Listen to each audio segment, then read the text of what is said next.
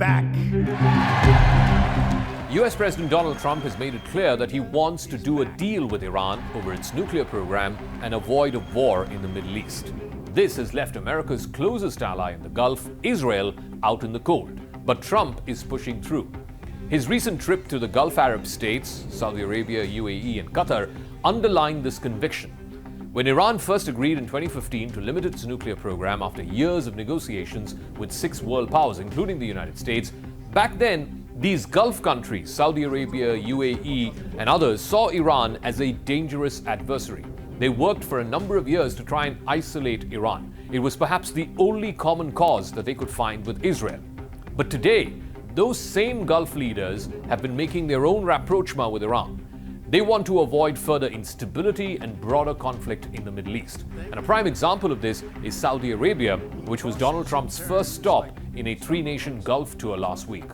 At every stop in that 3-nation tour, Arab leaders urged Trump to find a negotiated settlement with Iran. Iran, whether it acquires a bomb, and as a consequence, if Iran is going to be bombed by the United States, both have a serious fallout for the region. Reaching a deal with Iran will test the hardline wing of Trump's supporters in the Republican Party as well, and whether or not they will fall in line with the president. For them, if that happens, it would be a departure from their long-standing demand that Iran completely dismantle its nuclear program.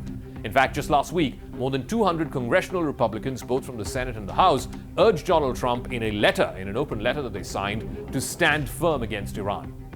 The United States and its partners in the Middle East fear that a nuclear-armed Iran could set off a nuclear arms race in the Middle East and contribute to instability. And therefore, that would sharply raise the stakes for any kind of miscalculation either between Israel and Iran or between Iran and some of its major Gulf rivals.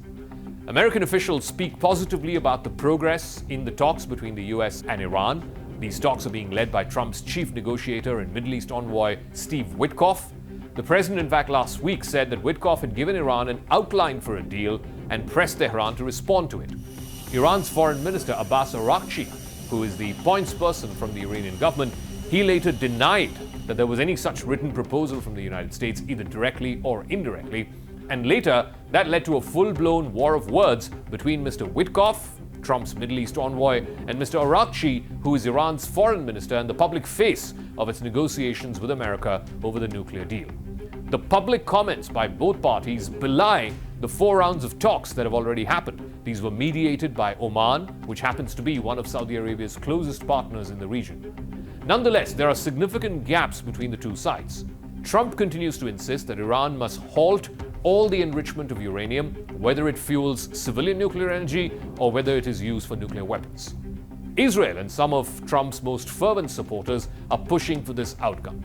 Iran, on the other hand, continues to insist that it will not stop enriching uranium altogether and that it has a right to enrichment of nuclear energy for civilian purposes under the Nuclear Non-Proliferation Treaty, or the NPT, which Iran has signed. Iranian officials have said that they would be willing to stop enrichment at the higher levels that are used for nuclear weapons, which exceed the requirements for civilian nuclear use. They have also said they're willing to scrap their large stockpile of highly enriched uranium, in fact, even suggesting that Russia should keep Iran's highly enriched uranium.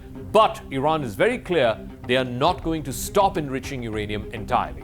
Ali Shamkhani, who's a top advisor to Ayatollah Ali Khamenei, Iran's supreme leader, repeated Iran's position to NBC News.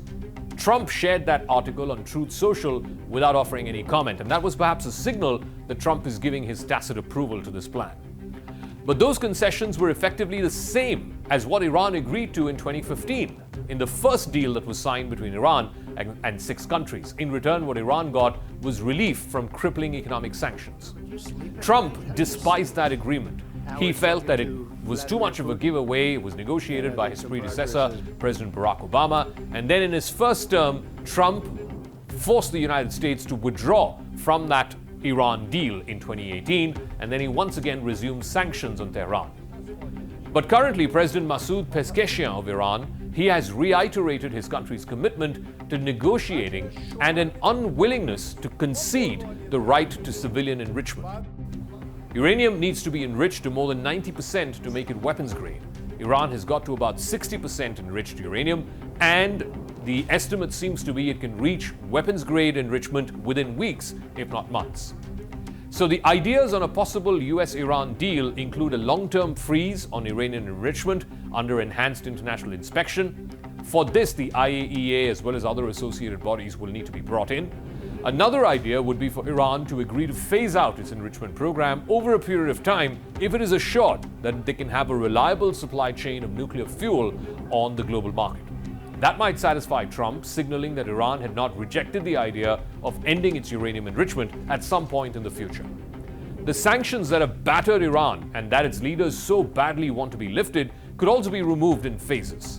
American corporate investment in Iran could be designed to enhance long-term trust and provide some kind of a deterrence against another war breaking out in the Middle East. But Iran was once bitten and therefore twice shy. It has been stung once by Trump's unilateral withdrawal in 2018 from the previous deal. Iran will now want guarantees that the United States will adhere to a new deal if at all both the US and Iran are able to arrive at one. Iranian officials seem to believe, and not without reason, that Trump as a Republican president would be better placed to guarantee a deal than a Democrat, particularly because it would be bilateral between Iran and the US and not among multiple nations like the 2015 agreement was. So effectively, they have another 3.5 years under Trump 2.0 to get this deal done. Iranians are also likely to take some encouragement from Trump's announcement last week to lift sanctions against Syria's new leader despite his terrorist past. Though the president can lift some sanctions on his own, other lifting of sanctions require congressional approval. Trump, in that trip, controversially met with Syria's new leader, Ahmad al-Sharaa, despite the fact that until some months ago, he was heading an al-Qaeda wing in his country and had a $10 million bounty on his head. Trump faces opposition to an Iran deal from those within his camp, particularly neoconservatives on Capitol Hill, who have cheered his withdrawal from the earlier deal in 2018. One of those neocons happens to be his Secretary of State, the other his Vice President. They have long demanded that Iran agree to complete denuclearization, a ban on all enrichment, and the dismantling of its massive nuclear infrastructure. Iran is non-committal yet. Trump, the master of deal-making, will have to bring his full weight to bear on this one.